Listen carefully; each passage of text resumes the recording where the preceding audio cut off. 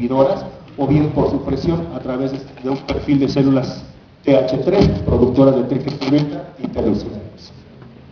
¿Así más? Muy bien, chicos. Entonces, si tenemos mecanismos que me están generando tolerancia, ¿por qué es que entonces nos enfrentamos de repente los clínicos a fenómenos de autoinmunidad? Si en teoría tenemos un sistema infalible para poder evitar la autoinmunidad. Entonces los estudiosos del tema se pusieron a dilucidar qué es lo que estaba pasando y obviamente se llegó a la conclusión de que sí se daba la tolerancia inmunológica en todos los seres humanos. Sin embargo, desafortunadamente había mecanismos de ruptura de la tolerancia inmunológica y es como podríamos explicar por qué esta tolerancia tan perfecta llegaba a fallar. Y a la fecha se han propuesto 3 mecanismos de tolerancia inmunológica: mimetismo o imitación molecular, ahorita les explico cada una. Entonces, mimetismo o imitación molecular, liberación de antígenos secuestrados o antígenos ocultos, y activación de clonas autorreactivas por la presencia de superantígenos. Estas son las 3 teorías que se han propuesto hoy en día para la generación o el desencadenamiento de la autoinmunidad. No sé si lo alcancen a ver, muchachos. Un antígeno de superficie es un gangliósido de la célula nerviosa del ser humano, y un antígeno de superficie de Clostridium, de Campylobacter jejuni. Está encerrada en un cuadro la secuencia de polisacáridos tanto de Campylobacter jejuni como de la célula nerviosa. Se dan cuenta que es exactamente la misma secuencia y lo demás cambia completamente.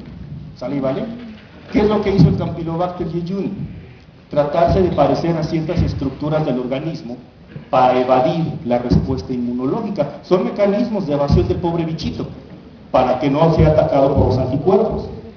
Sin embargo, el organismo, al reconocer estas estructuras, forma anticuerpos contra el Campylobacter jejuni, pero ustedes saben que la respuesta inmunológica es muy específica, una de las características de la respuesta inmunológica.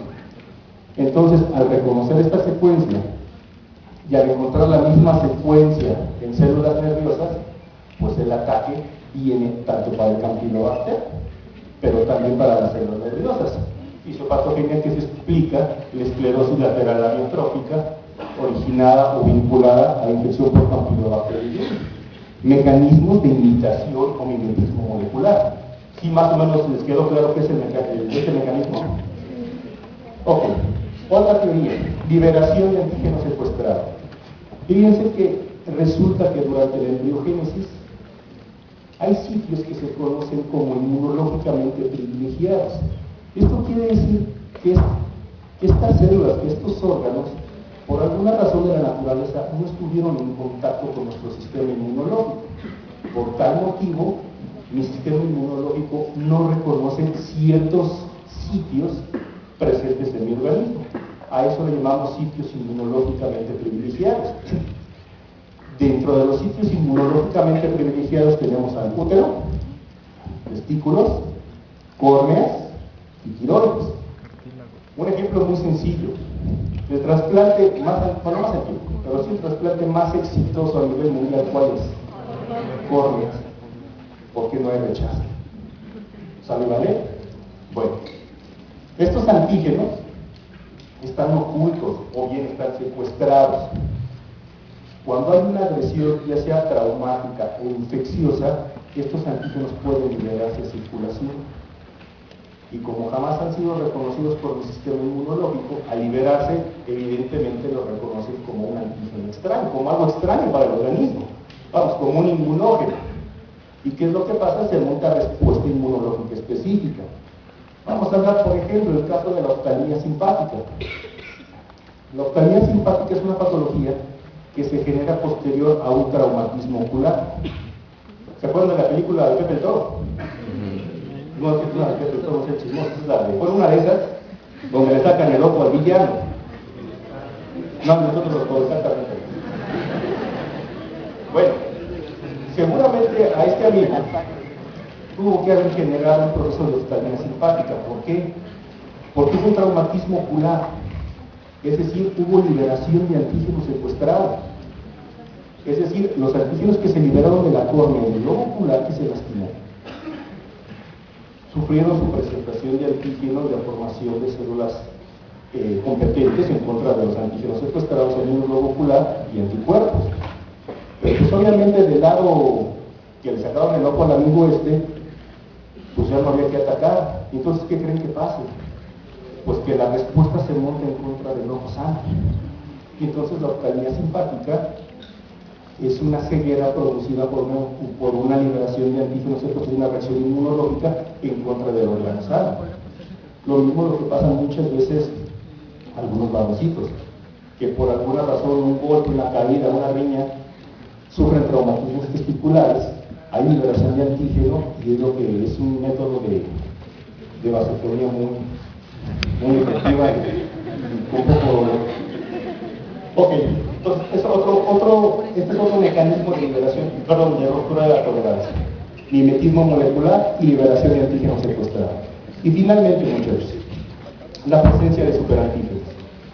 Ustedes saben que un superantígeno tiene dos características. Una, ser un producto subcelular, ya sea de bacterias o virus, generalmente son toxinas, generalmente. Y dos, que este superantígeno tiene la particularidad no de meterse en el surco para una buena concentración de antígeno, sino pegarse por fuera del surco. ¿Y esto qué origina, muchachos? Activaciones policlonales. Sí entendemos que es una activación policlonal, ¿cierto?